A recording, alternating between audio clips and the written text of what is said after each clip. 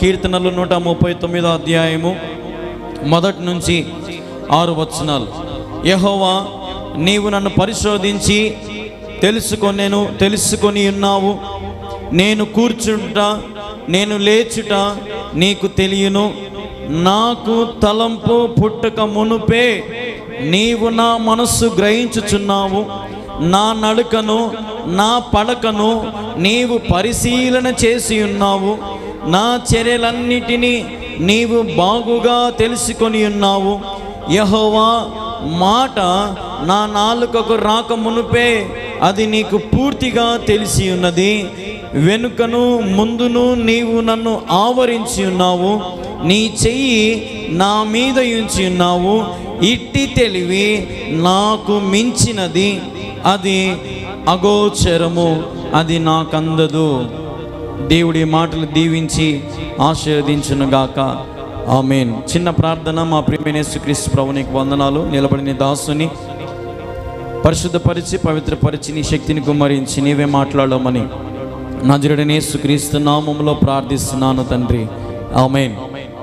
ఈ ప్రధాన గాయకుడు దావీదు రాసినటువంటి కీర్తన 139 1 నుంచి 6 వచనాలు మనం గమనించినట్లయితే, యెహోవా, నీవు నన్ను పరిశోధించి తెలుసుకొని ఉన్నావు. నేను కూర్చునుట నేను లేచుట నీకు తెలును. హల్లెలూయా. దేవుడు మనల్ని ఏం చేస్తున్నాడంట? ఏం చేస్తున్నాడు? దేవుడు మనల్ని పరిశోధిస్తున్నాడు. మన గురించి ఆయనకు సమస్తము తెలుసు. మనము కూర్చొని ఉన్నా మనం లేచినా దేవునికి తెలుసా తెలియదా? తెలుసు. అందుకే కీర్తనకారుడు అంటున్నాడు కదా, యెహోవా, నీవు నన్ను పరిశోధించి తెలుసుకొని ఉన్నావు. నేను కూర్చునుట నేను లేచుట నీకు తెలియను. హల్లెలూయా.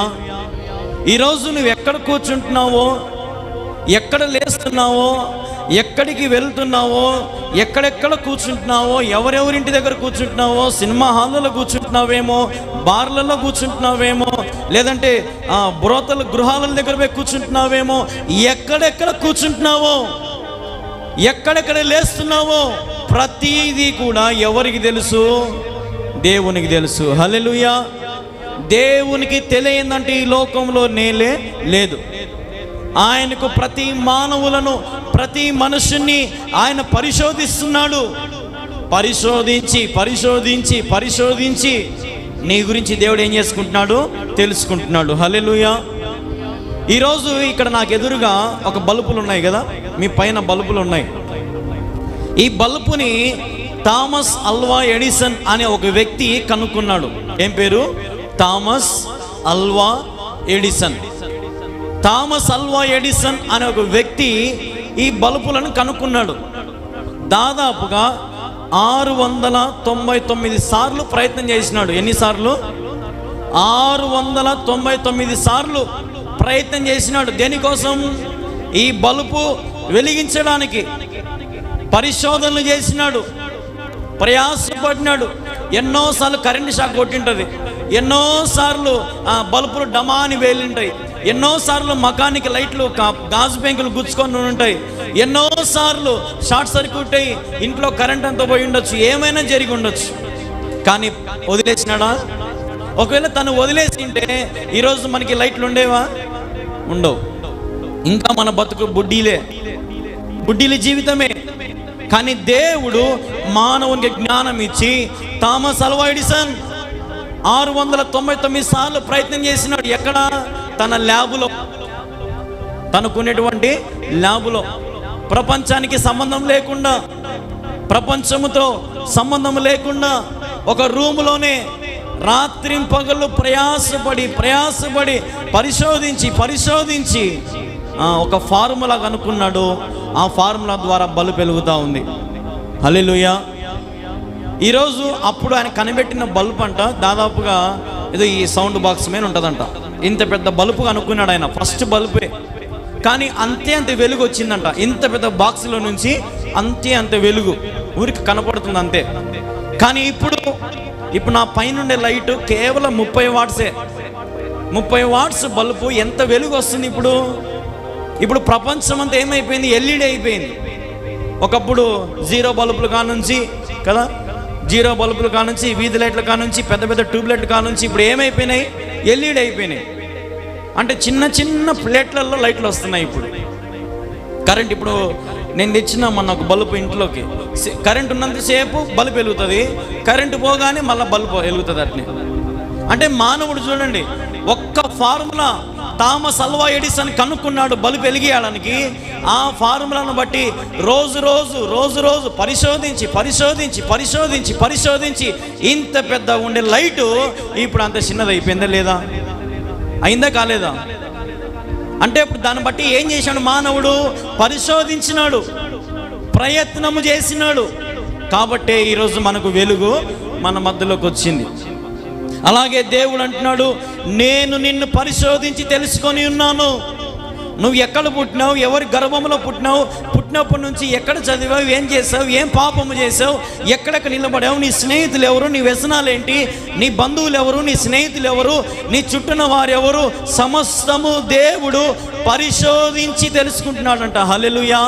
ఒక సామెత ఉంది, నీవు ఎవరో తెలుసుకోవాలంటే నీ చుట్టూన్న వారిని బట్టి తెలుసుకోవచ్చంట. తెలుసా మీకు ఆ విషయం? నీవు ఎవరో తెలుసుకోవాలంటే, నీ మనసు ఎలాంటిదో, నీ బతుకు ఎలాంటిదో, నీ జీవితం ఎలాంటిదో తెలుసుకోవాలంటే నీ చుట్టూ ఉండే వారిని బట్టి చెప్పేయచ్చంట. నీ చుట్టూ దొంగలు ఉన్నారనుకో, అప్పుడు నువ్వేమైనట్టు? దొంగోడివే. నీ చుట్టూ అబద్ధాలు ఆడేవాళ్ళు, మోసం ఆడేవాళ్ళు ఉన్నారనుకో, నువ్వు కూడా అంతే. అందుకే దేవుడు అంటున్నాడు, నేను పరిశోధిస్తున్నాను. ప్రతిది కూడా ఆయన పరిశోధిస్తున్నాడు. నువ్వు కూర్చున్నా లేచినా సమస్తము దేవునికి తెలుసు. ఎక్కడ కూర్చుంటున్నావు, ఎక్కడ లేస్తున్నావు, ఎక్కడ ప్రయాసపడుతున్నావు, దేనికోసం ప్రయాసపడుతున్నావు, దేవునికి తెలుసు అంట. హల్లెలూయా. దేవునికి తెలుసు. ఆయనకు మరుగైనదంటూ ఏదీ లేదు. ఈరోజు ప్రియమైన దేవుని వారలారా, అందుకే కింద వచనమంటున్నాడు, నాకు తలంపు పుట్టక మునుపే నీవు నా మనసును గ్రహించుచున్నావు అంట. హల్లెలూయా. అంటే ఇప్పుడు నా తలంపులో ఏదన్నా ఉదాహరణకి ఇప్పుడు నేను ఈ నుంచి బయటికి పోవాలా అనుకుంటాను అనుకో, కానీ దేవునికి ముందే తెలిసిపోతుంది. అంటే నీ తలంపులు, నీ ఆలోచనలు నీ హృదయంలోకి రాకముందే, నీ మెదడులోకి రాకముందే ఎవరికి తెలుసు? ఇప్పుడు దేవునికి తెలుసు. అంటే నువ్వు చేస్తున్న ప్రతీది కూడా, చెయ్యబోయేది కూడా, చేసినది కూడా ఎవరికి తెలుసు? ఇప్పుడు దేవునికి తెలుసు. పాస్ట్, ప్రెజెంట్, ఫ్యూచర్ ఎవరికి తెలుసు? ఇప్పుడు దేవునికి తెలుసు. నువ్వు ఈరోజు నేను చేస్తున్నాను, మంచివాణిలే, బైబిల్ పట్టుకొని దేవుని సన్నిధికి వచ్చానులేని ఈరోజు నువ్వు అనుకోవచ్చు. కానీ నిన్న ఎక్కడున్నావు, రేపు ఎక్కడ ఉండబోతున్నావు, దేవునికి తెలుసు. అందుకే ప్రియమైన దేవుని వారలారా, నాకు తలంపు పుట్టక మునుపే నీవు నా మనసును గ్రహించుచున్నావు, నా నడకను, నా పడుకను నీవు పరిశీలన చేసి ఉన్నావు. ఏందంట మళ్ళా ఇప్పుడు నడక, పడక. ఎక్కడికి నడుస్తా పోతున్నావు? పాపంలోకి నడుస్తా పోతారు చాలామంది. ఏరా, ఈ రాత్రి 9 అయింది, 10 అయింది, ఇంకా ఇంటికి రాలేదే, ఎక్కడున్నావు? ఈరోజు పని కొంచెం లేట్ అవుతుంది, నేను కొంచెం రాలేను, నైట్ పని చేస్తున్నాం మేము అని అంటాడు. సరే తొందరరా. కానీ వీడు ఎక్కడ ఉంటాడంటే లోక సంబంధమైన జీవితంలో జీవిస్తూ ఉంటాడు, త్రాగుతాడు, సుఖిస్తాడు, ఎంజాయ్గా ఉంటాడు. లేదంటే ఒక వ్యభిచారం చేయడానికి ప్రయాసపడతాడు. రాత్రులే కదా పాపం జరిగేది, ఉదయం పూట జరుగుతాయా? జరగవు. చీకటి పడితే చాలు పాపానికి ద్వారాలు తెరచబడుతున్నాయి. పాపము నిన్ను పిలుస్తా ఉంది, రా లోపలికి. ఈరోజు పాపము నిన్ను పిలుస్తా ఉంది. నీ నడక, నీ పడక ఎవరికి తెలుసు అంట? దేవునికి తెలుసు. ఎక్కడ పడుకుంటున్నావు నాయనా? ఎక్కడ పడుకుంటున్నావమ్మా? ఎక్కడ నడుస్తున్నావు? ఎక్కడ నిలబడుతున్నావు? ఎక్కడ కూర్చుంటున్నావు? ఎక్కడ లేస్తున్నావు? ప్రతిదీ దేవుడు చూస్తున్నాడు. ఆయన కనుసైగలో నుంచి ఎవరు తప్పించుకోలేము. ఏ మానవుడు తప్పించుకోలేడు. ఎవరికి అసాధ్యమైనది అది. దావీదే అంటున్నాడు, ఓయమ్మా, నేను కూర్చుని తెలిసిపోతుంది, నిలబడి నీకు తెలిసిపోతుంది, ఏం చేసయ్యా, నన్ను క్షమించు. ఈరోజు మానవుడు కూర్చుంటే కూర్చుంటాం, నడుస్తే నడుస్తాం, పోతే పోతాం, బతుకుతే బతుకుతాం, మా జీవితం మా ఇష్టం, మాకు నచ్చినట్టుగా బతుకుతామని ఈరోజు మానవుడు ప్రయాసపడతా ఉన్నాడు. హల్లెలూయా. ఈరోజు నీ ప్రయాస అంతా కూడా దేవుడు పరిశీలన చేస్తున్నాడు. నువ్వు నిజమైన భక్తునివైతే, నిజమైన విశ్వాసువైతే దేవుడు నిన్ను ఎంత పరిశోధించినా నీలో ఏం కనపడదు? పాపం కనపడదు. అవునా కాదండి? దేవుడు నేను ఎంత పరిశీలించినా, ఎంత పరిశోధించినా, నేను పెనం మీద పెట్టి అటదీపి ఎన్ని చేసినా కూడా నీలో ఏం కానరాకూడదు? పాపం కానరాకూడదు. దేవుడు అంటున్నాడు. ఇప్పుడు ఉదాహరణకి క్లాసులు, టీచర్ క్లాస్ చెప్పేటప్పుడు పిల్లలందరూ అరుస్తూ ఉంటారు కదా, కేకలు వేస్తూ ఉంటారు. అప్పుడు సార్ ఏమంటాడు? ఏయ్, పిన్ డ్రాప్ సైలెన్స్ అంటే పిన్ను కింద ఉన్నా కూడా పిన్ను సౌండ్ వినపడాలా, మీరు సైలెంట్గా ఉండండి, లేదంటే మీకు టీసీ ఇచ్చి మారేస్తాం, ఇంటికి పోండి అని అంటారు. అనరా? అల్లరి చేస్తే ఎవరు ఒప్పుకోరు? స్కూల్లో టీచర్లు ఒప్పుకోరు. ఏం చెప్తారు? డిసిప్లైన్, క్రమశిక్షణ. ఈరోజు దేవుని బిడ్డలు కూడా క్రమశిక్షణ తక్కువైపోయింది, డిసిప్లైన్ లేదు, భయభక్తులు లేవు. ఒక ఆర్మీ సోల్జరు లేదంటే ఒక మిలిటరీ సోల్జరు ఏ ఒక్కరో తప్పు చేసినా వారికి క్రమశిక్షణ చర్యలు ఉంటాయి. ఉదాహరణకి వారు ఒకవేళ ఉదయాన్నే డ్యూటీకి టయానికి రాలేదనుకోండి, గన్ని పైకి పెట్టుకొని గ్రౌండ్ అంతా 100 రౌండ్లు తిరగమంటారు, 100 రౌండ్లు పరిగెత్తమంటారు. 100 రౌండ్లు మనమైతే 3-4 రౌండ్లకే కింద పడిపోతాం. కానీ వాడు 100 రౌండ్లు కొట్టుకొస్తేనే వానికి ఉద్యోగం ఉంటుంది, లేదంటే వాడు ఏం చేస్తారు? పనిష్మెంట్ కింద తీసేస్తారు, వాని ఉద్యోగంగా సస్పెన్షన్ చేసేస్తారు. ఈరోజు మానవుడు క్రమశిక్షణ లేని జీవితం, విచ్చలవిడి జీవితం. అందుకే దేవుడు అంటున్నాడు, నీ హృదయంలో తలంపులు పుట్టక మునుపే నాకు తెలుసు. ఈరోజు నీకు నచ్చినట్టుగా ఎంత ప్రోగ్రాంలు సెట్ చేస్తున్నా కూడా నువ్వు రాలేకపోతున్నావు దేవుని సన్నిధికి. నీకు నచ్చినట్టుగా నీవు బాగుండాలని, చక్కగా చల్లగా ఉండాలని ఫ్యాన్లన్నీ వేసి ఉదయాన్నే ఎందుకు పెట్టినాం ఇంత ప్రయాసపడి అంటే, మీరు దేవుని మాటలు శ్రద్ధగా వినాలని. ఎవరి మాటలు? దేవుని మాటలు వినాలని. ప్రియమైన దేవుని వారలారా, ఈరోజు దేవునిని పరిశోధిస్తున్నాడు. ఆదివారం దేవుని సన్నిధికి వచ్చావా? బలలో చేవేస్తున్నావా? అయితే గతం ఎలాగున్నావు? సోమవారం నుంచి శనివారం దాకా ఎట్లున్నావు? గతాన్ని కూడా దేవుడు ఏం చేస్తాడు? ఇప్పుడు పరిశీలన చేస్తాడు, దేవునిని పరిశోధిస్తాడు. సరే, ఈరోజు బల తీసుకున్నావు, రేపటి నుంచి శనివారం వరకు ఎట్లుండాలి? మళ్ళా బాగుండాల. పరిశుద్ధ దేవుడు ఎప్పుడు కూడా మనల్ని పరిశీలన చేసేవాడే.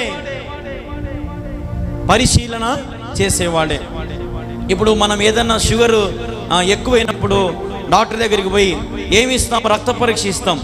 రక్త పరీక్ష ఇచ్చినాక వాడు ఏమంటాడు? సార్ నాకు వెంటనే చెప్పు సార్ అంటే ఇస్తాడా? చెప్పడు. కొద్ది నిమిషాలు ఉన్నాడమ్మా, మధ్యాహ్నం రాపోండి, లేదంటే రాత్రి రండి, మేమేం చేస్తాం? దీన్ని పరిశోధిస్తాం, ల్యాబ్లో పెడతాం. ల్యాబ్లో పెట్టి నీ రక్తంలో ఏమేమి ఉన్నాయో, నీ రక్తంలో ఎయిడ్స్ ఉందా, లేదంటే షుగర్ ఉందా, బీపీ ఉందా, లేదంటే క్యాన్సర్ ఉందా, ఏముందో మేము చెబుతాం. మాకు టైమి. హల్లెలూయా. వాస్తవం కాదా? నీ రక్తాన్ని కూడా ఏం చేస్తుంది ఈ లోకము? పరిశోధిస్తుంది. మరి నీ హృదయాన్ని పరిశోధించేవాడు కేవలము యేసయ్యే. హల్లెలూయా. ఈరోజు మీ హృదయాన్ని నేను పరీక్షించగలుగుతానా? చేయలేను. పోనీ నీ భర్త, నీ భార్య, నీ పిల్లలు ఎవరైనా చేయగలుగుతారా? ఎవరూ చేయలేరు. నీవు చేసిన ప్రతి పాపమును, నీ హృదయమును పరిశీలించేవాడు పరమ వైద్యుడున్నాడు, పరమ తండ్రి ఉన్నాడు. ఆయన మాత్రమే నీ హృదయాన్ని తెరిచి సమస్తము చూచేవాడు. ఈరోజు ఈ లోకంలో మానవులు ఉదాహరణకి మెదడు ఆపరేషన్ చేసి మెదడు తీసి మళ్ళీ పెడతారు, గుండె ఆపరేషన్ చేసి గుండెను మళ్ళీ పెడతారు, మోకాలు తీసి మోకాలు పెట్టగలుగుతారు. ఎన్ని అయినా ఆపరేషన్లు చేస్తున్నారు. కొన్ని సక్సెస్ అవుతాయి, కొన్ని ఫెయిల్ అవుతాయి. కానీ హృదయాన్ని పరిశోధించిన వాడు ఏ డాక్టర్ అయినా ఉన్నాడా? నువ్వు చేయబోయేది చెప్పే డాక్టర్ ఎవరైనా ఉన్నాడా? నువ్వు చేసింది చెప్పేవాడు ఎవడైనా ఉన్నాడా? పోనీ ఈరోజు నువ్వు ఎట్లున్నావో చెప్పగల డాక్టర్లు ఉన్నారా?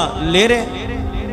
అందుకే కింద భక్తుడు అంటున్నాడు చూడు, ఆ మాట, 6వ వచనం, ఇట్టి తెలివి నాకు మించినది, అది అగోచరము, అది నాకు అందదు. హల్లెలూయా. ఏందంట ఈ తెలివి? దేవుని తెలివి ఏందంట? మనకంటే మించినది అది. హల్లెలూయా. మన జ్ఞానము, మన తలంపులు, మన క్రియల కంటే దేవునివి మహోన్నతమైనవి. మహాకృప గలవాడు, మహాపరిశుద్ధం చేసేవాడు, పరిశీలన చేసేవాడు. ఆయన చాలా అంటే చాలా ఉన్నతమైనటువంటి వాడు. అందుకే అంటున్నాడు కదా భక్తుడు, అది అగోచరము, నాకు అందదు. దేవుని మనం ఎవరు అందుకోగలుగుతామా? అందుకోలేము. కానీ ఆయన చేయి ఇచ్చినప్పుడు అందుకుంటే మనం ఖచ్చితంగా పరలోకానికి వెళ్తాం. ఈరోజు నువ్వు ఎంతగా దేవునిని పరిశోధించినా, పరిశీలించినా, నీ జీవితాన్ని మార్చుకోకపోతే దేవునిని అంగీకరించాడు. హల్లెలూయా. దేవుని జీవితాన్ని పరిశోధిస్తున్నాడంట. మళ్ళొకసారి చెప్తున్నాను, వినండి. మీరు కూర్చున్నా, లేచినా, మీ హృదయంలో తలంపులు పుట్టక మునుపే ఆయనకు తెలుసు. మీ మనసులో ఆలోచనలు రాకముందే ఆయనకు తెలుసు. నీ నడక ఆయనకు తెలుసు, నీ పడక ఆయనకు తెలుసు. సమస్తము కూడా ఆయనకు తెలుసు అంట. ఇంకోటి ఆ కింద వచనం చూడండి, 3వ వచనం, నా చర్యలన్నిటినీ నీవు బాగుగా తెలుసుకుని ఉన్నావు. హల్లెలూయా. ఏందంట? బాగుగా అంటే ఏంది? క్లారిటీగా. హల్లెలూయా. ఇప్పుడు మన ఫోన్ అంతా పగిలిపోయింది అనుకో, పైన అద్దం అంతా, ఈ బొమ్మ బాగా కనపడుతుందా? కనపడదు. అదే నీట్గా ఉంది, ఇప్పుడు ఎంత బాగా కనపడుతుంది కదా. అంటే ఇప్పుడు బాగా ఉంది కాబట్టే బాగా కనపడుతుంది కదా. ఒకవేళ బాగా లేకపోతే బాగా కనపడదు. అలాగే దేవుడు కూడా మనలను బాగా తెలుసుకొని ఉన్నాడు. హల్లెలూయా. నువ్వు 4 అడుగులైనా 7 అడుగులైనా, లేదంటే నువ్వు తెల్లదానవైనా నల్లదానవైనా, కులమైనా పెద్ద కులమైనా చిన్న కులమైనా, నీ మతం ఏదైనా, నీ జాతి ఏదైనా సరే, దేవునికి ఏం తెలుసంట? బాగా తెలుసంట. హల్లెలూయా. బాగా అంటే నువ్వు ఒకవేళ పిసినారు నువ్వనుకో, నీ పిసినారితనం దేవునికి బాగా తెలుసు. ఒకవేళ నువ్వు సోమరు నువ్వనుకో, నీ సోమరితనం దేవునికి బాగా తెలుసు. ఒకవేళ నువ్వు బాగా నిద్రపోతున్నావు అనుకో, నీ నిద్ర అంతా దేవునికి బాగా తెలుసు. నువ్వు బాగా తిండిపోతావు అనుకో, నీ తిండిపోతుతనం అంతా దేవునికి బాగా తెలుసు. ఒకవేళ నువ్వు వ్యభిచారానికి ఇష్టపడుతున్నావు అనుకో, నీ గురించి దేవునికి బాగా తెలుసు. అట్లా దేవునికి అన్నీ బాగా తెలుసు. శ్రమైనా, బాధైనా, వ్యాధైనా, కష్టమైన, దుఃఖమైన, కన్నీరైన, అవమానమైన, నిందైనా దేవునికి బాగా తెలుసు. హల్లెలూయా. తెలిసినవాడు చూడకుండా తప్పించుకుని పోతాడా? తెలిసినవాడు, అన్నీ తెలిసినవాడు ఏం చేస్తాడు? కనీసము తన చేతనైన సహాయము చేస్తాడు. కానీ ఈ దేవుడు మన పక్షు నిలబడి అన్నాడు కదా మాట. చూడండి 5వ వచనం 2వ భాగం, నీ చెయ్యి నా మీద ఉంచి ఉన్నావు. హల్లెలూయా. ఏందంట? దేవుని చెయ్యి ఎవరి మీద ఉంచినాడంట? మన మీద. చెప్పండి ఒకసారి నాతో పాటి, దేవా నీ చెయ్యి నా మీద ఉంచినందుకు నీకు వందనాలు. దేవుని చెయ్యి ఎవరి మీద ఉంది? నా మీద అనండి. దేవుని చెయ్యి ఎవరి మీద ఉంది? నీ మీద దేవుని చెయ్యి ఉన్నప్పుడు అప్పుడు నీ ఎవరి సొత్తువు? దేవుని సొత్తువు. మరి దేవునికి అన్నీ తెలుసా తెలియదా? ఇప్పుడు ఉదాహరణకి, ఇప్పుడు నా దగ్గర డబ్బు ఉంది, నా జోబులో ఎంత ఉందో నాకు తెలుస్తుందా తెలియదా? తెలుస్తుంది. అంటే అప్పుడు ఈ డబ్బు నా జోబులో లేకపోతే నాకు తెలుస్తుందా? తెలియదు. అంటే దాని అర్థం ఏంది? ఇప్పుడు ఇది నా సొత్తు. ఇది నా సొత్తు, నాకు అన్నీ తెలుసు దీని గురించి. ఎన్ని 10 కాగితాలు ఉన్నాయి, ఎన్ని 20 ఉన్నాయి, ఎన్ని 100 ఉన్నాయి నాకు తెలుసు. అట్లాగనే నువ్వు ఇప్పుడు ఎవరి సొత్తువు? దేవుని సొత్తువు. నీలో ఎన్ని లోపాలు ఉన్నాయో, ఎన్ని లాభాలు ఉన్నాయో ఎవరికి తెలుసు? దేవునికి తెలుసు. నీ లోపాలన్నింటినీ ఎవరు సరి చేస్తారు? దేవుడు సరి చేస్తాడు. నీ లాభాలన్నీ ఎవరు వాడుకుంటారు? దేవుడు వాడుకుంటాడు. మరి ఈరోజు నువ్వు ఏం చేస్తున్నావు దేవుని కోసం? ఈరోజు దేవుని కోసం నువ్వేం చేయాలంటే, మీరు సర్వలోకానికి వెళ్ళి సర్వ సృష్టికి సువార్తను ప్రకటించండి. హల్లెలూయా.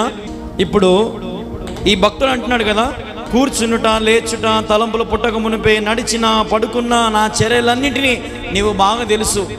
అప్పుడు నువ్వు ఎక్కడ కూర్చోవాలి? మరి ఇంకా సువార్త చెప్పడానికి కూర్చో. ఎక్కడికి నడచాలా? సువార్త చెప్పడానికి నడుసు. ఎక్కడ పడుకోవాలా?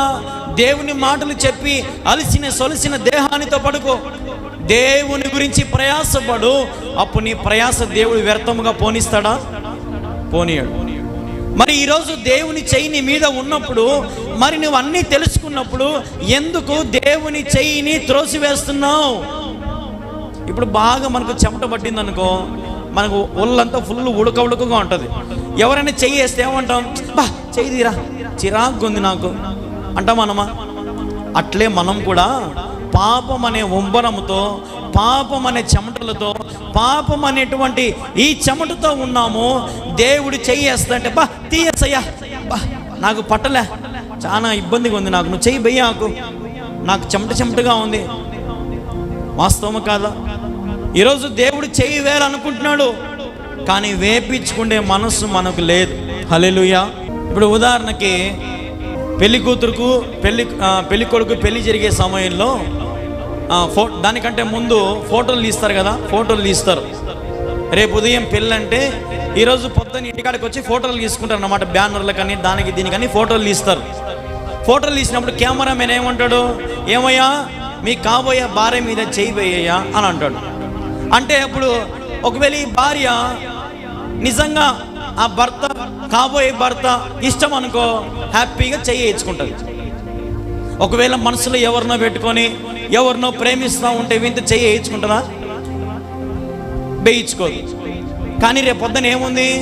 పెళ్ళి ఉంది అంటే అప్పుడు ఈ పెద్దలు గమనిస్తారా? గమనీరా? ఏంది బా ఈ పిల్ల వాడు చెయ్యి వేస్తుంటే ఏందో ఒక రకంగా తప్పించుకుంటుంది, ఇష్టం ఉందో లేదో, పెళ్ళి ఇష్టం ఉందో లేదో, ఏమ్మా మీ కూతురికి ఇష్టమా లేదా చెప్పండి అమ్మా, ఎందుకు రేపు జీవితం నాశనం అయితే అని అంటామా? అంటాం.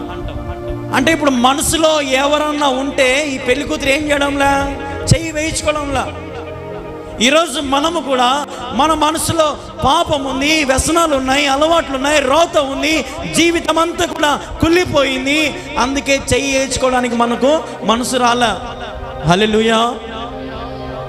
ఈరోజు ప్రియమైన దేవుని వర్లారా, దేవునికి నీ గురించి పూర్తిగా తెలుసు. నీ కడుపులో ఏముందో, నీ హృదయంలో ఏముందో, నీ గొంతులో ఏముందో, నీ నాలుకతో ఏం మాట్లాడుతున్నావో, నీ కళ్ళతో ఏం చేస్తున్నావో, చెవులతో ఏం వింటున్నావో, ఎక్కడికి నడుస్తున్నావో, నీ చేతులతో ఏం చేస్తున్నావో సమస్తము దేవునికి తెలుసు.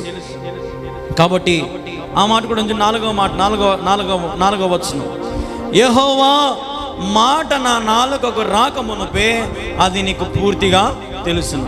హల్లెలూయా. ఏందంట? మాట నోట్లోంచి రాకముందే ఎవరికి తెలుస్తుంది అంటే ఇప్పుడు దేవునికి తెలుస్తుంది. అప్పుడు నీ నాలుక ఎవరి స్వాధీనంలో ఉంది? మరి దేవుని స్వాధీనంలో ఉంది. ఎవరి స్వాధీనంలో ఉంది నీ నాలుక? దేవుని స్వాధీనంలో ఉంది. మరి ఈ నాలుక మూగోళ్ళు చాలా మంది ఉంటారు, గమనించండి. మూగోళ్ళు చాలా మంది ఉంటారు కదా, వాళ్ళకి మాట్లాడాలని ఆశ, కానీ ఏముండదు, మాట్లాడలేరు. కానీ నీకు దేవుడు మాట్లాడే అవకాశం ఇచ్చాడు, బాగా చూసే చూపు నీకు ఇచ్చాడు, మంచి కూరలు వాసనలు పట్టడానికి మంచి ముక్కుని ఇచ్చినాడు, మంచి వినడానికి చెవులు ఇచ్చినాడు, కాళ్ళు ఇచ్చినాడు, చేతులు ఇచ్చినాడు, అన్నీ ఇచ్చినాడు. కానీ దేవునిని నీవు దూషించి, దేవునిని పక్కన పెట్టి, దేవుణ్ణి అవమానపరుస్తూ, దేవుని సన్నిధిని దూరం పెడుతూ, దేవుని మహింపరచుకోకుండా ఏదో పండగకు పబ్బానికి దేవుని కాడికి వచ్చి మన పబ్బాలు గడుపుకొని పోదామని ఉన్నారు చాలామంది. అందుకే నేను చెప్తున్నాను, లాభమైన కష్టమైన యేసయ్యా నీవు నాకుంటే చాలు, నీ తోడు నాకుంటే చాలయ్యా, నా మీద నీ చెయ్యి ఉంచు. హల్లెలూయా. నా మీద నీ చెయ్యి ఉంచు. ఇప్పుడు దేవుని చెయ్యి మన మీద ఉంటే మనుషుల చెయ్యి అవసరమా మనకుగా? మనుషుల చేతే, మనుషుల డబ్బు, మనుషుల కులము, మనుషుల మతము, లేదంటే మనుషుల జాతి, అబ్బా నా బంధువులు దూరం అయిపోతారే, అబ్బా వాళ్ళు ఇట్టంటారే, అబ్బా వాళ్ళు అట్టంటారే, ఆడిగిపోతే ఈడజ్ లేదా ఆడిగిపోవాలని అంటారే, ఇన్ని రకాలుగా మాట్లాడుతున్నారే. అదే నీ మీద దేవుని చెయ్యి ఉంటే ఎవరి మాట నువ్వు పట్టించుకోవడమో అవసరంలా. ఎక్కడికి పోతుంటే దేవునికి మాట్లాడుతున్నాడు, ఎక్కడికి పోతుంటే నీ జీవితానికి నెమ్మది వస్తుంది, ఎక్కడికి వెళ్తే నీ జీవితం బాగుపడుతుందో అక్కడ నువ్వేం చేయాలా? కూర్చోవాలా. హల్లెలూయా. అక్కడే నువ్వు నిలబడాలా, అక్కడే నడవాలా, అక్కడే పడుకోవాలా. అది దేవుడు చెప్తున్న మాట. ఈరోజు దేవునికి అన్నీ తెలుసు. తెలిసిన వాడు నీకు మేలు చేయక మానడు. ఆయన నీ పక్షం నిలబడి ఉన్నాడు, నీ పక్షం యుద్ధం చేయడానికి సిద్ధంగా ఉన్నాడు. కానీ నీవే ఆయనకు అవకాశము ఇవ్వడంలా. కాబట్టి ప్రియమైన దేవుని వారలారా, ఈరోజు దేవుని ఆత్మ నీ మీద పొందుకో. దేవుని చెయ్యి నా మీద ఉంచేసాయి అని అడుగు. దేవుని చెయ్యి మన మీద లేకపోతే, దేవుని మహిమ మన మీద లేకపోతే మనం పరలోకాన్ని పోగలుగుతామా? పోలేం. నువ్వు 100 పాటలు పాడినా, 100 సార్లు బైబిల్ చదివినా పోతామా? పోలేం. నువ్వు 100 సార్లు చర్చికి పోయినా, నాతో మన ఒక ఆయన అన్నాడు, తాళమపురం ఆయన ఒక ఆయన అన్నాడు, 78 సంవత్సరాలు అయినా నాకు, చిన్నప్పటి నుంచి నేను దేవుణ్ణి నమ్ముకున్నాను, చిన్నప్పటి నుంచి చర్చికి పోయినాను ఆయన, దాదాపుగా 70 ఏళ్ళు చర్చిలోనే ఉన్నాను ఆయన అన్నాడు. సంతోషమే, బాగా అనిపించింది. కానీ యేసు ప్రభు ఎన్ని సంవత్సరాలు బతికినాడో తెలియదు. ఎంత బాధ కలిగింది నాకైతే. ఎంత బాధ అనిపించిందంటే, అంటే 70 సంవత్సరాలు వాళ్ళ చర్చికి రోజు పాస్టర్లు పోతున్నారు, ప్రతి ఆదివారం బల్ల చేస్తున్నారు, కానీ యేసు ప్రభు ఎన్ని సంవత్సరాలు బతికింది కూడా చెప్పలేకపోయినారు. అటువంటి బోధకులు వస్తారు, జాగ్రత్త. ఆపద బోధకులు వస్తారు, మిమ్మల్ని ఊడ్చి పారేయాలని. తాగుడుబోతానికి బల్ల ఇస్తాడు, ఆకేసుకున్న వాళ్ళకి ఇస్తాడు, అన్నీ చేస్తూ ఉంటారు, హెచ్చరించరు, ఏం చేయరు. మీకు నచ్చినట్టుగా బతకండి, నేను వచ్చినా నాది నాకు ఇచ్చేయండి, వేసుకొని పోతా. అట్లాంటి వాళ్ళు చాలామంది వస్తారు. జాగ్రత్త. మనకు కావాల్సింది ఎవరంటే ఇదిగో ఇదే. ఏం గ్రంథం? మీకేం చెప్పినా ముందు, ఇది ఏం గ్రంథము? ఏం గ్రంథం ఇది? పరిశుద్ధ గ్రంథం. ఈ పరిశుద్ధ గ్రంథంలో మాటలు మనకు కావాలా, సత్యమైన మాటలు మనకు కావాలా. అబద్ధ బోధ మనకు అవసరంలా.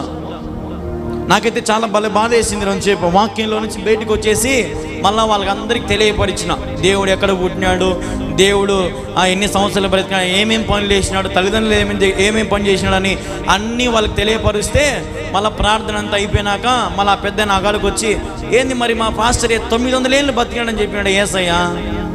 ఎన్ని ఏళ్ళు బతికినాడు యేసయ్య? 900 ఏళ్ళు బతికినాడంట. కాబట్టి అటువంటి వారు మన మధ్యలోకి వస్తారు. జాగ్రత్త. ఈరోజు నీకు సత్యం విను, సత్యాన్ని లక్ష్య పెట్టు, సత్యం వైపు నిలబడితే దేవుని ఆత్మను ఖచ్చితంగా ఆయన రాజ్యంలో జ్ఞాపకం ఉంచుకుంటాడు. కాబట్టి ఎక్కడ కూర్చుంటున్నావో అది ఇంపార్టెంట్. ఏమ్మా, ఎక్కడ కూర్చుంటున్నావో అది ఇంపార్టెంట్. పోయి అగ్గి పొయ్యి మీద కూర్చుంటామా? ఎవరన్నా? ఎవరు కూర్చోడు తెలివి ఉన్నవాడు. మంచి అరుగు, బాగా చల్లటి నీడ, చల్లటి గాలి తగులుతూ ఉంటే ఆడ కూర్చుంటాం, అంతే కదమ్మా. పోయి అగ్గి మీద ఎవరైనా కూర్చుంటాడా? పోయి ఎవరైనా నీళ్ళ మీద నడుస్తారా? నడుస్తారు. కానీ దేవుని కృప నీ మీద ఉంటే ఆయన సన్నిధిలో కూర్చో.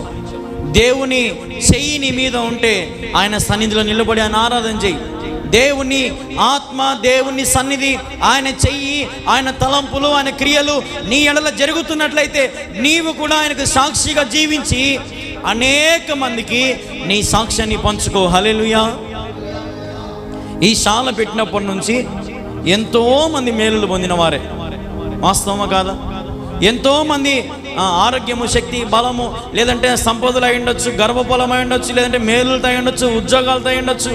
అంటే ఇక్కడనే కాదు, లైవ్ చూస్తున్న వారు రాష్ట్ర వ్యాప్తంగా కల్వరి ప్రార్థన టీవీలో ఇట్లా వీక్షించే ప్రతి ఒక్కరు కూడా ఎంతోమంది మేలులు పొందుతున్న వారే. నిన్న రాత్రి కూడా నాకు నెల్లూరు నుంచి, నిన్నే నెల్లూరు నుంచి ఫోన్ వచ్చి, పాస్టర్ అయ్యా, మేము ఎప్పటి నుంచి అనుకుంటున్నాం మీ మందిరానికి రావాలని, వస్తే 3 రోజులు ఉంటాము, శుక్రవారం, శనివారం, ఆదివారం. మీ మాటలు మాకు ఆదరణ ఇస్తున్నాయి. అయ్యా నువ్వేం పని చేస్తావు? అయ్యా నేను కూలి పనికి పోతానయ్యా. నీకు రోజు కూలి ఎంత వస్తుంది?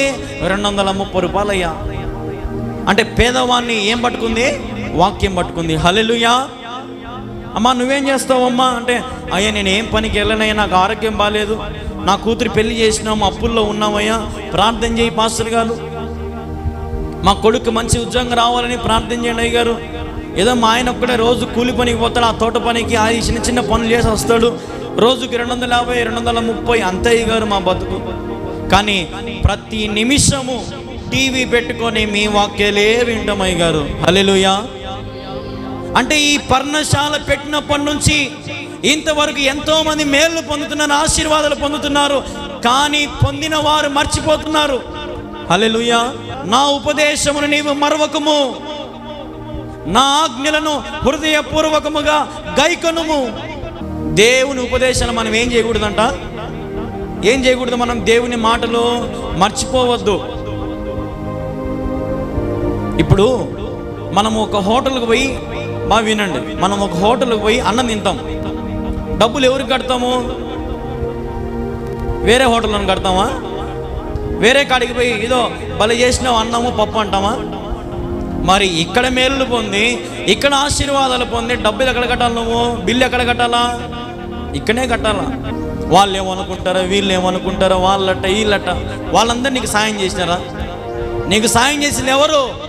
సాక్షాత్తం సర్వశక్తిమంతుడు, సర్వయుగాలలో అధిపతి, దేవాది దేవుడు యేసుక్రీస్తు ప్రభు దిగి వచ్చి ఆయన చెయ్యిని మీద ఉంచాడు కాబట్టి ఈరోజు నువ్వు బాగుపడ్డావు. హల్లెలూయా. లేదంటే ఎప్పుడో చచ్చిపోయేదానివి, ఎప్పుడో చచ్చిపోయేవాళ్ళవు. నువ్వు దేవుని చెయ్యిని మీద ఉంది కాబట్టే బ్రతుకున్నావు. We are ambassador of Christ. మేము దేవుని ప్రతినిధులం. ప్రతినిధిగా మీ మధ్యలో దేవుడు నన్ను నిలబెట్టుకున్నాడు, నాతో మీతో మాట్లాడుతున్నాడు. వింటే బాగుపడితే ఎక్కడ బిల్లు కట్టాలి? ఇప్పుడు ఈయనే బిల్లు కట్టాలా. బిల్లు అంటే డబ్బు కాదు, కానుకలు కాదు, అర్పణలు కాదు, హృదయముతో నిన్నటువంటి సంతోషం, కృతజ్ఞతాస్తుతులు ఏం చేయాలా? సాష్టాంగ నమస్కారం చేయాలా ప్రభు సన్నిధిలో. నువ్వు ఎట్లయినా చేయి ప్రభుని, గంతులేస్తావో, స్తుతిస్తావో, ఆరాధిస్తావో, లేదంటే సాష్టాంగం, అది నీ ఇష్టం. ఓయమ్మ ఇప్పుడు నేను సడన్గా బోల్లో కొనుక్కొని నమస్కారం చేస్తే పక్కనోడు ఏమనుకుంటాడు? ఓయమ్మ ఇప్పుడు నేను ఎగురుతా ఉంటే పక్కనోడు ఏమనుకుంటాడు? నీకు పక్కనోళ్ళతో పనే లేదు. దేవుని జీవితంలో ఏమేం మేలు చేశాడో దానిని బట్టి దేవుని హృదయపూర్వకముగా గైకొనుము. హల్లెలూయా. హృదయపూర్వకముగా దేవునికి స్తుతి చెల్లించు. దేవుని పాదాల దగ్గరికి ఎవరెవరు వచ్చినారు? జ్ఞానులు, గొల్లలు దేవుని పాదాల దగ్గరకు వచ్చినారు. ఎక్కడ ఆయన ఎక్కడున్నాడు? పెద్ద గవర్నమెంట్, పెద్ద ప్రైవేట్ హాస్పిటల్ ఉన్నాడు ఆయన. పోనీ పెద్ద గవర్నమెంట్ హాస్పిటల్ ఉన్నాడా? ఎక్కడున్నాడు ఆయన? చాలా అంటే చాలా రోత స్థలం, నీచమైన స్థలం, దుర్వాసనతో నిన్న స్థలం, పశువుల పాకలో దేవుని పాదాల దగ్గరికి వెండి, బంగారము, బోలము ఆయన పాదాల దగ్గరికి వచ్చాయి. హల్లెలూయా. ఈ ప్రపంచంలో విలువైన వస్తువులు అవే కదా, వెండి బంగారమే కదా విలువైన వస్తువులు. మరి విలువైన వస్తువులు ఎక్కడికి వచ్చినాయి? ఇప్పుడు పశువుల పాకకు వచ్చినాయి. వచ్చి ఎక్కడ ఉన్నాయి? ఇదిగో అమ్మా, లోకరక్షకుడు పుట్టినాడు తల్లే, ఇదో తీసుకో. ఈరోజు రోతకరమైన స్థలంలో దేవుడు జన్మించాడు. ప్రతి విలువైనవన్నీ కూడా ప్రభు పాదాల దగ్గరకు వచ్చినాయి. ఈరోజు మరి అన్ని జీవుల కంటే శ్రేష్టమైన జీవితం నీది, విలువైన జీవితం నీది. మరి నువ్వు రావే ప్రభు పాదాల దగ్గరికి.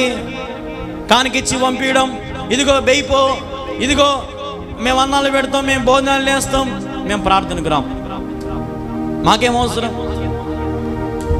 విలువైన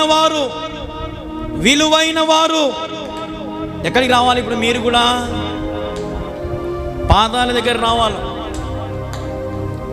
జ్ఞానులు వచ్చినారు, గొల్లలు వచ్చినారు, కొన్ని వందలాది మంది వచ్చి పశువుల పాక చుట్టుకొని ఉన్నారు. ఏసైని చూస్తాం, ఏసై ఎట్టున్నాడు ఏసై కనపడ్డంలే, వెనకల నుంచి వాళ్ళకి కనపడ్డంలే, దేవుణ్ణి చూడడానికి ప్రయాసపడ్డారంట. మరి నీకు దేవుడు నా చెయ్యి నీ మీద పెడతారా నాయన, నా సన్నిధికి రారా, నువ్వు ఎంతో విలువైన వానివి, నేను నిన్ను నా రక్తము కార్చి నిన్ను కొన్నానరా, నేను కొనుక్కున్నానరా నిన్ను, నీ జీవితం నా జీవితం రా నీది. నువ్వు కూర్చునేది లేచని నాకు తెలుసురా, నేను పరిశోధించేవాని నేను రా, నాకు తెలుసురా నీ బ్రతికేలాంటిదో, నా దగ్గరికి రా, నీ బ్రతుకును మారుస్తా అని దేవుడు ఎన్నిసార్లు పిలిచాడమ్మా నిన్ను. దగ్గొచ్చిన రావు, తుమ్మొచ్చిన రావు, కాళ్ళ నొప్పులు అంటావు, నడుము నొప్పులు అంటారు, ఏంది ఇది? మళ్ళీ బయట మాత్రం చల్లగా కూర్చొని ఎంజాయ్గా, అప్పుడు మీకేం కానరావు. 2 గంటలు దేవుని సన్నిధి కూర్చోవడానికి ఎన్ని వంకలు పెడతామంటే అన్ని వంకలు పెడతాం. రా, పరుగడి దేవుని ఎదుకు రా, ఆయన నామాన్ని ప్రకటించు, ఆయన నామాన్ని కీర్తించు, గణపరచు. వాక్యం కావాలి ఆయన, మనకు తిండి కాదు. ఈ వాక్యం పోతే మళ్ళీ నీకు దొరుకుతుందా? దొరకదు. ఇంకా మటన్ మళ్ళైనా దొరుకుతుంది, చికెన్ మళ్ళైనా దొరుకుతుంది, కానీ దేవుని మాటలు దొరుకుతాయా? దొరకవు. దేవుడు మాట్లాడినప్పుడు నువ్వు ఇక్కడ ఉండి వింటే నీ జీవితాన్ని దేవుడు సువర్ణమయం చేస్తాడు. హల్లెలూయా.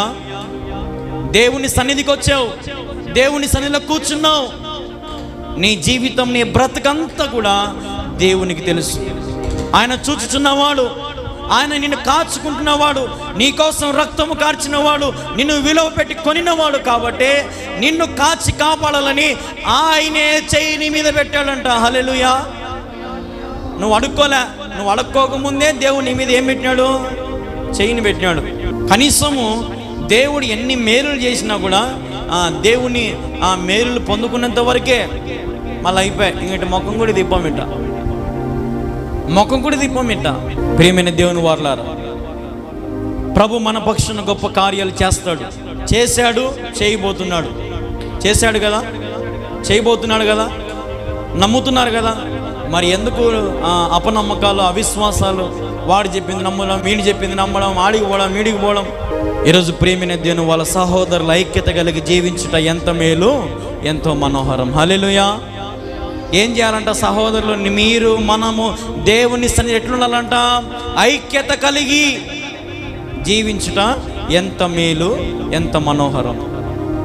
ఐక్యత కావాలా,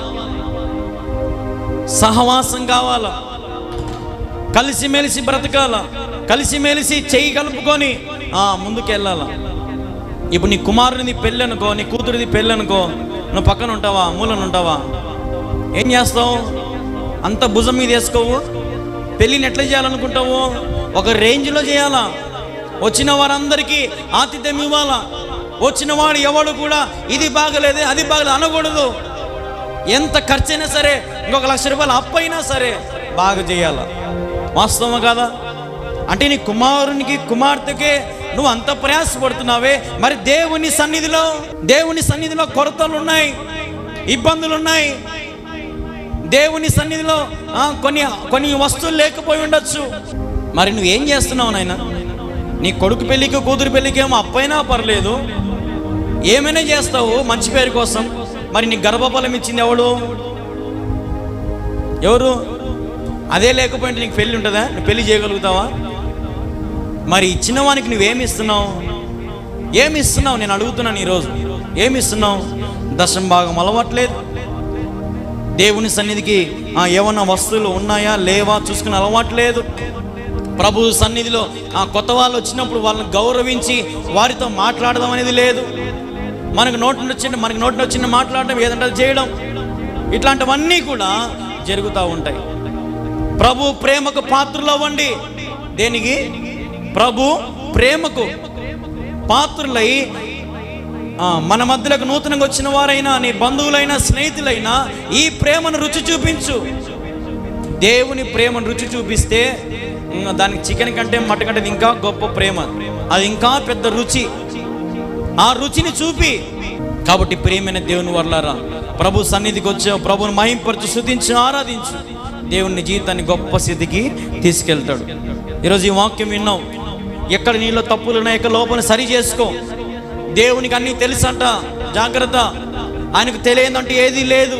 ఆయన పరిశోధించేవాడు, పరిశీలన చేసేవాడు. కాబట్టి ప్రభు యందు సంపూర్ణముగా ఒప్పుకో. నాకు గుర్తు లేవు నాయన, నేను మర్చిపోయినా, నేను ఏమేం పాపాలు చేసినానో నాకు గుర్తే లేవు నాయన. మోకరి ముందు మోకరించి ప్రభు సన్నిధిలో ఉంటే అన్నీ కళ్ళ ముందర పోతాయి. అవునేసయ్య, చిన్నప్పుడు ఆ తప్పు చేసిన, అదో చిన్నప్పుడు ఆ పెన్సిల్ దొంగతనం చేసిన, అన్నీ గుర్తు వస్తాయి. మోకరిస్తే ఎవరు గుర్తు చేపిస్తారు నీకంటే? ఎన్ని దేవుడే గుర్తు చేపిస్తాడు. కాబట్టి దీపం ఉండగానే ఇంటిని సరి చేసుకో, చక్కబెట్టుకో. చీకట్లో మనం ఎంత ఊడిచినా కానొస్తుందా? కానరాదు.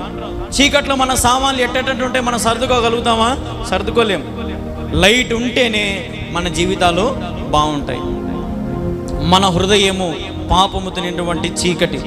ప్రభు దగ్గరికి వస్తే ప్రభు అంటాడు, ఈ చీకటిని నేను పారదోలుతా, ఈ చీకటిని పారదోలి నేను వెలుగును నింపుతా. హల్లెలూయా. ఇప్పుడు ఈ రూమ్ అంతా ఫుల్ గాఢాంధకారం అయిపోయింది అనుకో, మనకి ఏమన్నా బాగుంటుందా? ఏం బాగుంటుంది. అదే ఫుల్ లైట్లతో నిండితే బలుంది వెలుగు. కాబట్టి ప్రియమైన దేవుని వల్ల వెలుగు నీ మీద దేవుడు ప్రకాశించడానికి సిద్ధంగా ఉన్నాడు. ఈ సూర్యుడు ఎంత దేవుని ముందర నాకు అర్థం కాదు. ఈ సూర్యుని వెలుగే కొన్ని లక్షల కిలోమీటర్లు ప్రయాణం చేసి ఆకాశం పైన నుంచి అది మనం భూమి మీద పడితే మనకి ఇంత ఎండ పెడుతుంది, 30 డిగ్రీలు 40 డిగ్రీలు. మరి యేసయ్య శక్తి, యేసయ్య వెలుగు నీ మీద పడితే, మోషే లాంటి గొప్ప భక్తుడే యేసయ్యని చూడలేకపోయినాడు, ఊరికే స్వరం విన్నాడు అంతే. అంటే యేసు ప్రభు ఆరోహణమైనాక ఆయనకైనా ప్రత్యక్షపరచుకున్న కొంతమందికి, అంటే అప్పుడు వెలుగును తగ్గించుకున్నాడు ఆయన. మరి ఇప్పుడు నీవు ఆయనను చూడగలగాలంటే దేవుని రాజ్యానికి పోతేనే చూడగలవు.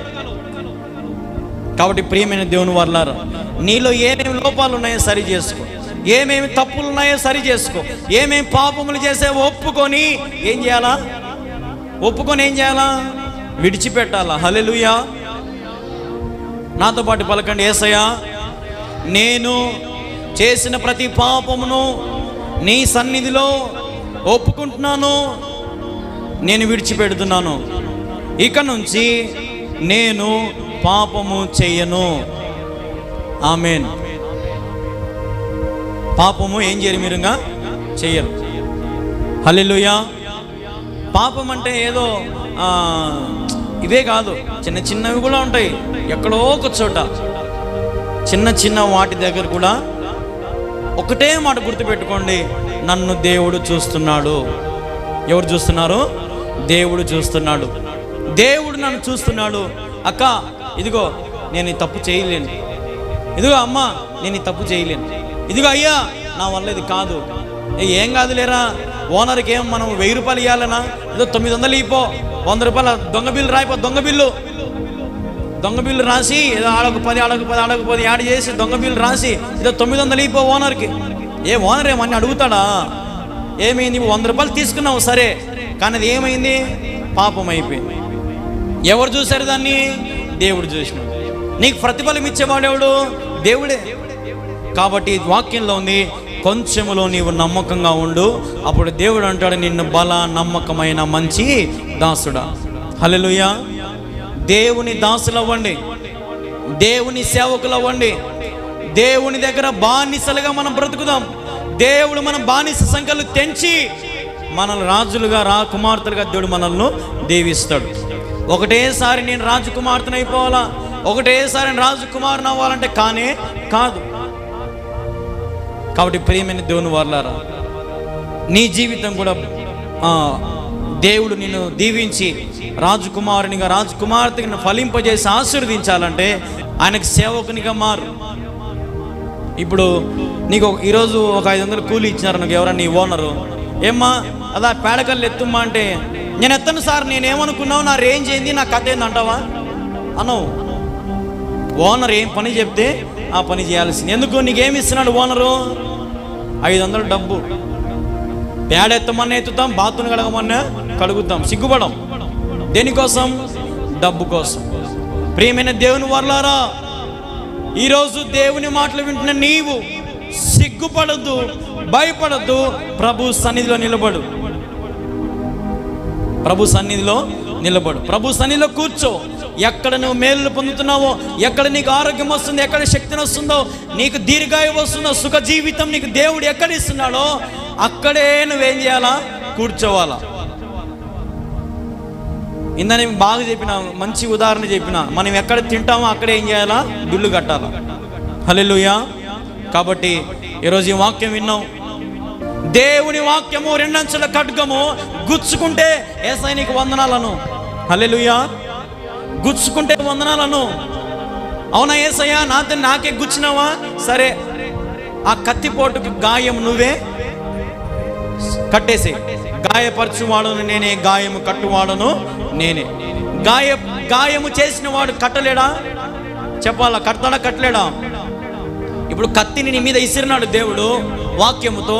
ఆ వాక్యాన్ని విసిరిన ఆ కత్తి నేను గుచ్చుకుపోయింది, నీకు గాయం అయిపోయింది, నీ హృదయం అంతా చీలిపోయింది అనుకో. దేవుడు మళ్ళా కుట్లేయలేడా? బాగు చేయలేడా? సరి చేయలేడా? దేవునికి మళ్ళా మునుపటి కంటే అధికమైన బలం ఇవ్వలేడా? ఇస్తాడు. హల్లెలూయా. కాబట్టి గుచ్చుకున్నప్పుడు ప్రభు దగ్గరికి రా. ప్రభు నా గాయమును కట్టు, ప్రభు నా గాయమును సరిచేయి అని ప్రభు సన్నిధికి వస్తే ప్రభు నిన్ను దీవించి ఆశీర్వదిస్తాడు. దేవుడి మాటలు దీవించి ఆశీర్వదించును గాక. ఆమేన్.